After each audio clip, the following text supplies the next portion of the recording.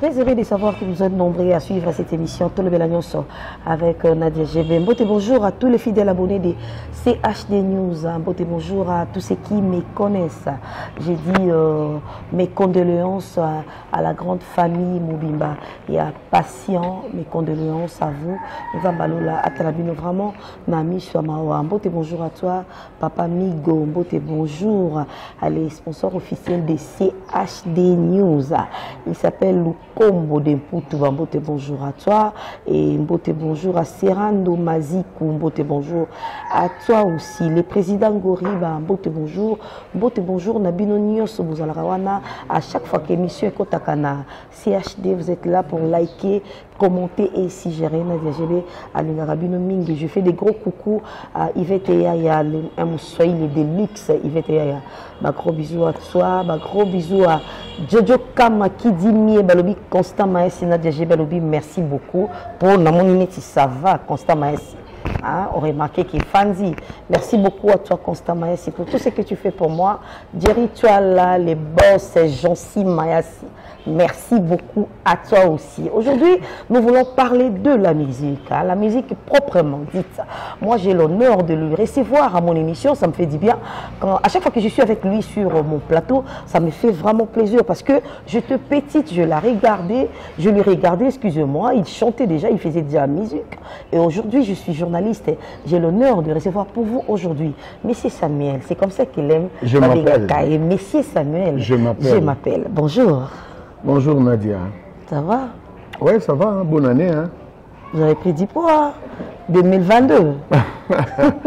Ouais, quand on est à l'aise, on est tranquille, je pense que tout baigne. Tout baigne, juste je prends du poids parce que je mange du bio. Et puis je suis à Kinshasa, on est mieux que chez ça. En tout cas, ça marche. Ça marche, on est là. Dieu fait grâce. Voilà, ça évolue comment, la musique et tout? Déjà, pour ton information, c'est ma première émission pour l'année 2022. Waouh, je suis fière. Il est difficile hein, pour l'avoir à l'émission, c'est vraiment difficile. Voilà pourquoi je vous avais dit au début, j'ai l'honneur, parce que c'est pas de l'eau à boire hein, pour le recevoir à l'émission comme ça. Non, faut pas dire oui, ça. Hein, parce que des fois, vous pouvez l'appeler comme ça, il me dit, Nadia, j'ai pas le temps. Nadia, je suis. Bon, j'ai vite compris. Non, tu vas me faire haïr par tes téléspectateurs. Or, c'est pas ça. Juste que j'étais pas là, j'étais en Afrique du Sud. Pendant au moins un mois, je suis rentré à Kin le 27 décembre et aujourd'hui c'est même la première répétition parce que dès que je suis rentré directement, on était parti au studio, fallait enregistrer parce que déjà au mois de février, il faut Tobimisa Opus Moko, donc il fallait enregistrer au moins 6 chansons. On a déjà enregistré 2, il nous reste 4, donc c'est un peu ça quoi. Voilà la musique congolaise, ça l'a vraiment dans Matanga, Passi et Koyaki, Namboka Congo, un grand de notre pays, le général Defao, qui nous a quittés d'ailleurs le samedi passé, Beto en Terrakié, je sais pas, Bobsé Kango il est kakindengeni, tant que musicien, on remarque qu'il Bobsé Kango ndengeni. Non, organisation Zagi nango bien, organisation Zagi bien, sauf que côté maître et à comment dirais-je, tu peux bien mettre à cérémonie. Moutou Azagi na micro, ou Azagi ko diriger Bob Sek, à Salagi Berer trop par rapport à ma présentation. L'air moi télémi si gouverneur, gouverneur à télémi Poya, gouverneur à gouverneur à télémi à Bengi sous député. Donc c'était un peu du bordel quoi. Mais l'essentiel est que on a respecté et on a honoré mémoire et à Kouloutou Nabiso. Des FAO, mais après enterrement, ma voix ici soit bimi à Drisha, Maramoimiko, Balembongo. Ma voix sonne te côté chez moi un peu, mais tu ne dis que un peu si Mamouké, mais si Samuel, parce que tu es bien général des FAO, Aza parmi les artistes et Oyo, Bazara vraiment n'a pas problème, n'a pas tout mingité. Pour bien surtout, tu es bien que musique à Congo, il y en a 12, il y en a un problème de bébé, la tête. Mais il est parmi les rares musiciens Oyo, Toyo Kateke, Azong Saki Boazong Saki Bo. Mais moi, regret et Zali, Naba fan, et puis surtout nous des journalistes, regret Zaki Bélé. Pourquoi je dis ça? Parce que moi j'étais à l'aéroport, les jours autres qui n'ont pas cornaillé, il n'y avait pas tellement le musicien. Non, mais non, les Camerounais, il faut tout solo lango bien. Oui, vas-y. Il faut tout solo lango bien. Il ne faut pas condamner les musiciens. Non, on ne condamne pas, nous voulons juste l'éclaircissement. C'est qu'on éclaircit les lignes, il va polémiquer dans le côté. Programme, il y a des désordres. Ok. Programme, il y a des bossé. Il y a des bossé, lobby, là, il écoute un aéroport. On a basé la lobby, donc moi, on a tellement lobby. Jusqu'à ce qu'il y ait besoin d'autorisation, jet privé, il y a accord général de FAO. C'est-à-dire, organisation, il y avait un peu de désordre. Maintenant, la question est celle-ci. On a recoupé ça vraiment, information sûre. Information sûre, elle a été. Même moi, j'étais surpris à un moment de l'information que non, encore il y a général. Et pour bien à chaque Congo, à ce programme, au bien il vient à Radio Salemba, à ce programme. Bon, l'essentiel est que corps et Zalaki. Et puis, il y a eu la représentation, c'est-à-dire, le corps journalistique, voilà qui, côté gouvernement, il y avait la ministre la culture, côté artiste, Adolphe Dominguez Azalaki, non, Adolphe Azalaki na cinquantenaire. Na cinquantenaire, voilà. Montana Kamenga Alaki, artiste Balaki, c'est ça l'essentiel. Mais après, tant d'informations déjà comment que corps et jour enterrement, il y a fait tout le monde. Moutounio sur Alaki. Moi déjà j'ai la chance, jeunesse dans la nyonso. Na betara ba enlever les rideaux à Big Star.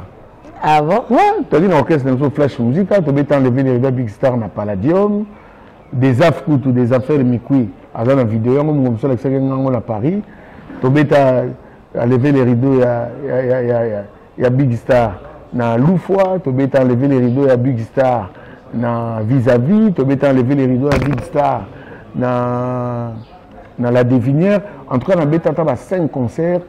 Il y a enlevé les rideaux au bien à la première partie. Et puis j'ai eu la chance, il y a Royer Mana Viedef,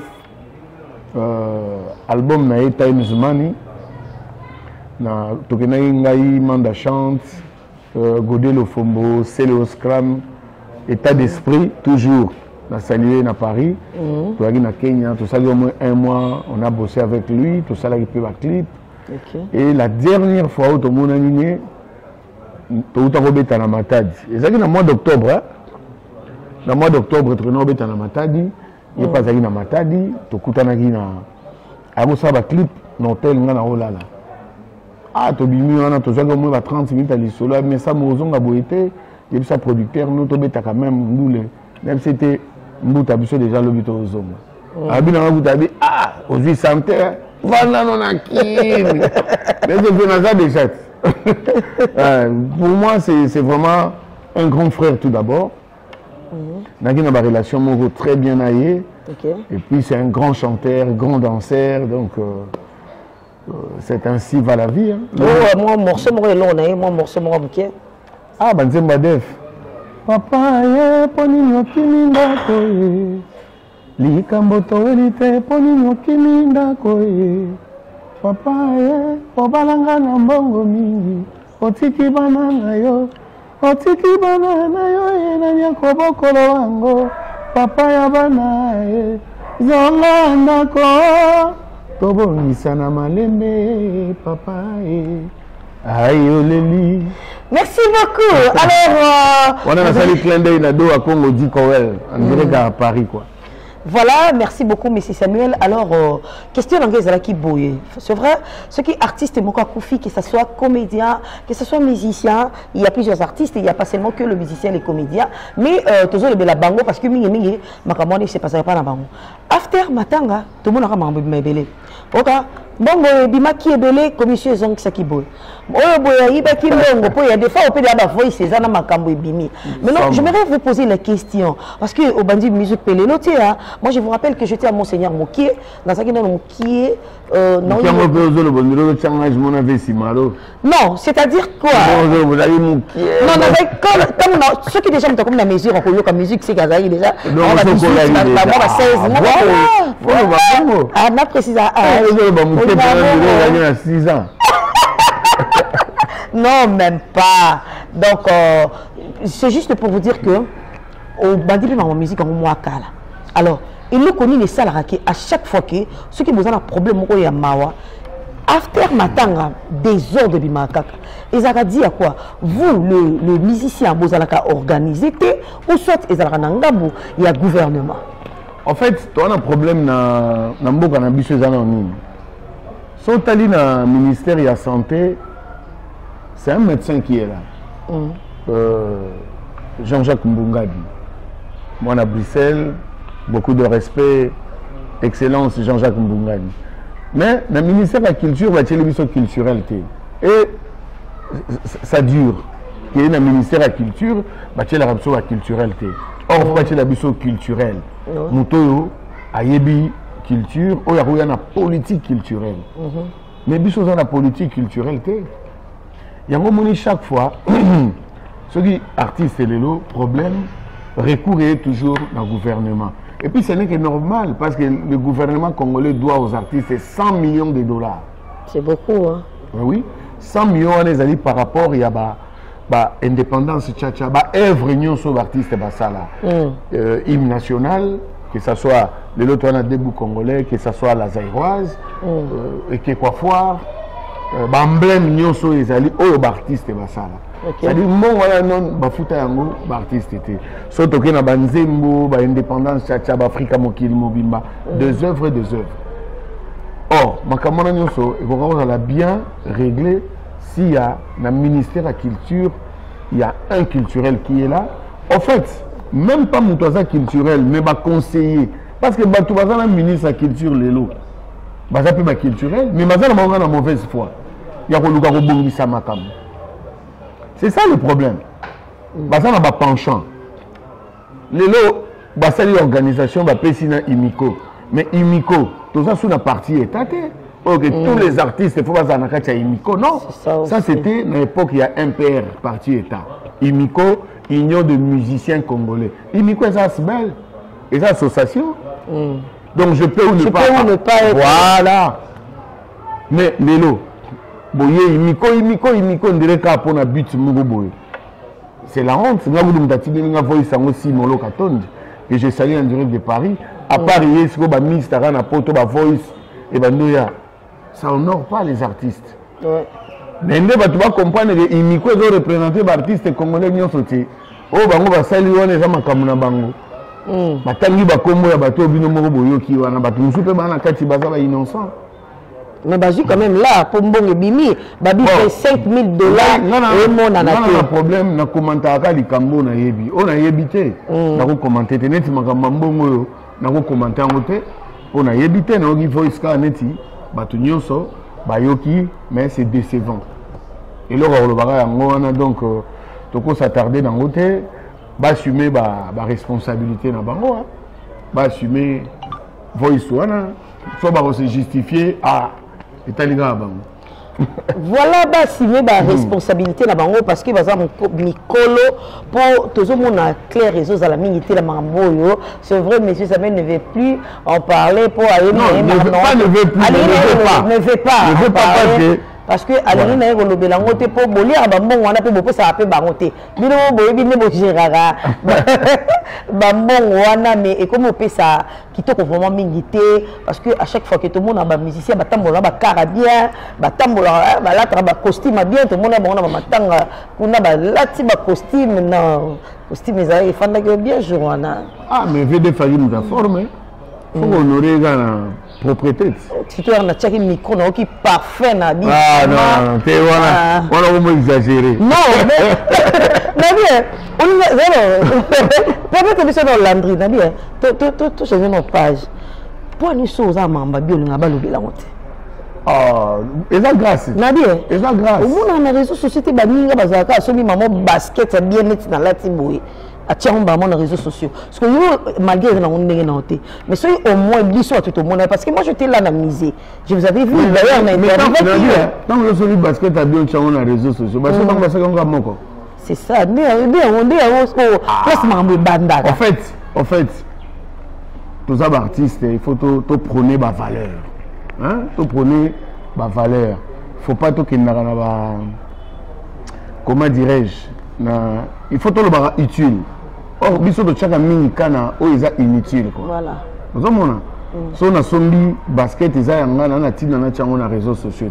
Mais moto pas dans les réseaux sociaux, je ne le condamne pas, ils ont sentiment. Mais pour l'instant, il faut tout prôner, oh, ils sont utiles pour la société congolaise. Qu'est-ce qui peut nous avancer dans la culture nabiso? Qu'est-ce qu'on peut léguer à la jeunesse par rapport à l'éducation, par rapport à ma valeur, quoi.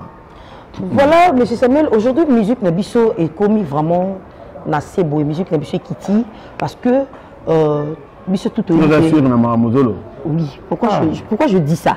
Pourquoi je dis ça? D'abord, ma consort n'a pas tout bobé à sauter. C'était ça ma question, une guerre qui est bon. Mais au début, il y a une politique et culturelle. Dans le Congo, nous avons un centre culturel français. Nous avons un centre Wallonie-Bruxelles. Mais en Belgique, là où il y a une forte concentration, il y a la communauté congolaise. Nous avons un centre culturel. En France, nous avons un centre culturel. En Angleterre, nous avons un centre culturel. Est-ce que nous assurons vraiment pour mettre la musique? Il faut qu'on mette un apoto. Non? Pas nécessairement. Pas nécessairement. Pas nécessairement. Au Congo, déjà dans le Congo, nous avons 26 provinces. Mais tant que nous avons 5 provinces. Il faut tout ça. Mais bien sûr. Donc, nous avons dit que la musique n'a pas non, c'est pas ça les problèmes. Mais aujourd'hui, comment on a rumba et Kiti dit décaler, ils place vraiment parce que DJP, comme il est là, quand on a une boîte, on a rumba même deux fois, mais décaler, la musique, elle est des trop. Bon, ça serait un autre débat. Autre, on a tout ça dans une émission. Mais pour une émission en l'année 2022, il faut que ça soit mon père faisait. Mon père irresponsable déjà générique. Mon père faisait rumba. Nanze mumsu nebsa. Qui que la wamba? Nebsa. Bonjour. Dolce Parabolique, bonne année à tous mes amis. Dolce Parabolique, Mochili passe à Zalia, bonne année. Bonne année, Modoga Baramboa, Jordan Koussa. Roi Soleil, Guy Bambrano, Batakisa Topia bonne année. Topia Bato. Nachad, Nana est à Barando Makas. Boye Pena à vivre en Arando. Wakop na Wana Kopa de Kichi. Donc vraiment, nous avons une émission, une émission dans la Liboso. Nous remercions nos bateaux qui va soutenir Bisso, Anne Uchioleka, Bagelor Ingila. Patrick Mbizo, Trésor Mouchi, le Terminator, Henri Moquet, il y a mon colonne Robo Sanaete, directeur Didi Kelekelo, il y a Yele Magar Central, Gelor Gema Libanais Noir, Papi pour les Kanza, les planificateurs, Flavie Panda, Garçon Shopping, Titis Caterus, Dadi Manseta, l'homme que l'argent appelle papa, Zam Zamalek, Nakatia Durban, je te salue. Papa. Vous comprenez? Voilà, mais une autre question m'est venue comme ça. Pourquoi mon perse? Mon perse, c'est mon ami personnel. Pourquoi cette chanson est intitulée Mon perse? Pour un ami personnel, Kokongan, mon boss. On dirait que de Paname. Je le salue. Et on appelle ça mon perse parce que c'est un ami personnel. Ah, ok. Voilà. Pierre Libanga, Willy Café, na salué Bino na poto, Béa et Lengue. Ah, moi, je suis Baoïba, mais. Pourquoi ça va y baza? Parce que mission a eu déjà bien. Le rôle est à mon perso. Nebsa. Non, on fait de la musique, pas pour nous, tout ça, la musique, pour les amoureux de la bonne musique. On se donne quand même le maximum de notre savoir. Parce que bien qu'il y ait une vie autour 10 sur 10 à la terre, mais sur des choses au-dessus de la moyenne, c'est déjà bon. Donc vraiment, les gens, les amoureux de la bonne musique, vous voyez que d'ici fin février, mon père, c'est comme Malo, fin février, mon père, c'est début avril. Naïbsa. Toza Bongo. Donc, année Mobimba, faut que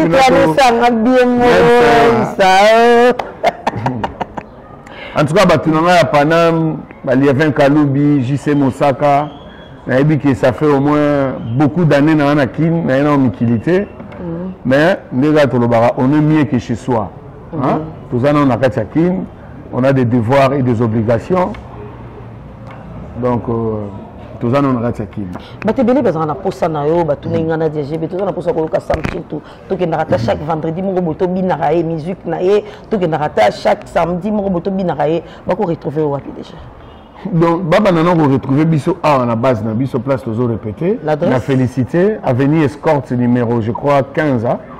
Avenue Escorte numéro 15, Nambinza Ozone, arrêt Sola, là où il y a l'église Saint-Cyprien. Donc, ce que a félicité tous Awan. Donc, Bisso la jeunesse n'a pas les cas. Tu peux taper dans les A, et en autre, c'est base. Votre monique Montikil, bon moko, idéologie Nicolo, tout ça, bon moko na Montikil. Répétition, c'est déjà journée, na journée. Tu répéteras mardi, mercredi, jeudi. En principe, tu en as 3 jours à répétition, mais il y a des jours où tu as un programme, tu décaleras. Mais depuis l'année, tu as un petit concert. Premier concert, peut-être que vous allez le mois prochain, et vous allez tout d'abord échange de vœux. Échange de vœux entre Bissona Group, et puis. En février, tu as journaliste, tu staff staff à Brochamp, staff Zamba, tout échange de vœux quand même Zamba Batelibiso. Et vous allez à Wakaka? Peut-être que vous allez entre Gombe et Royal et pas à Judith Mikaloukidi, il y a beaucoup de places. Tu as un endroit bien approprié où il faut faciliter mon tenir. Il y a un mois de février pour me vouloir ils allaient rappeler dans le mois de février. Ah oui, ils mois de février ils allaient manquer. Les mois bien abandonnés. Voilà, tu vais poser une question. Nadia, tu n'as pas de Samuel. Est-ce que si c'est possible, voir un quartier la terre, c'est comme si à Tika Koyemba, toi, il m'a dit pour toi, il y a société mon côté. Pour musique na yo mobali ya mbongo ndima bambanda lo wana na ofa mobali ya kwita obogera mobali wana mbogera moni bino mobali ya mbongo ndima bambanda mobali ya kwita ndima makofi na koswana nzela ngana leka batalanga miso mabe balati lambanga na lati bakanisi toko kokana mezali kamwa nzoto yali kama tai lelo kono bibi nango banini c'est ça non le générique non yali kama nzoto neti mutuna ngai le grand kio wa fefe mutuna ngai ba London ba Irlande to kangana ni ba kote kuna zana kati akin yali kama nzoto ya ebi jango nenge kenda. Merci beaucoup. Alors nous avons là ta t-shirt à bouler de beaucoup kala yali kama nzoto c'est son médaille est-ce que vous avez la mise à boy Karikazo Landry? C'est ça. Eh, comment on va le lème? On va imiter son monde. Tu n'as pas raté. Non, faut ne pas dolce. Naël bonjour à toi. Alors, comment vraiment la émission c'est vrai si vous voulez retrouver mais c'est Sam Tutu. Il répète chaque Monsieur Samuel, pardon.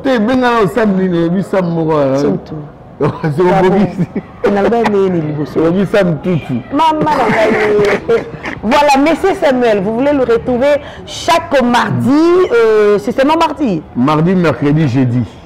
3 jours successifs, il y a répétition. Mais bon, il faut te répéter, mais une fois dans la semaine. La remesse. La remesse. La remesse. On répétera pendant 8 heures du temps. La remesse. La répétition est la mère des sciences. Ah, ok. La remesse. 8 heures du temps en répétition. Mais bien sûr. Donc, vous comprenez que Moussa les amis, Moussa les Koufi dans l'hôtel, nous on a félicité. Si vous arrivez à magasin, vous prenez seulement le taxi, il y a Sol, la Bokiti, juste dans Sol, là. Et puis, voilà, il y a l'église catholique qui est la référence à Wana. Beaucoup de répétitions à Wana, à Yembara, à Binape. Voilà.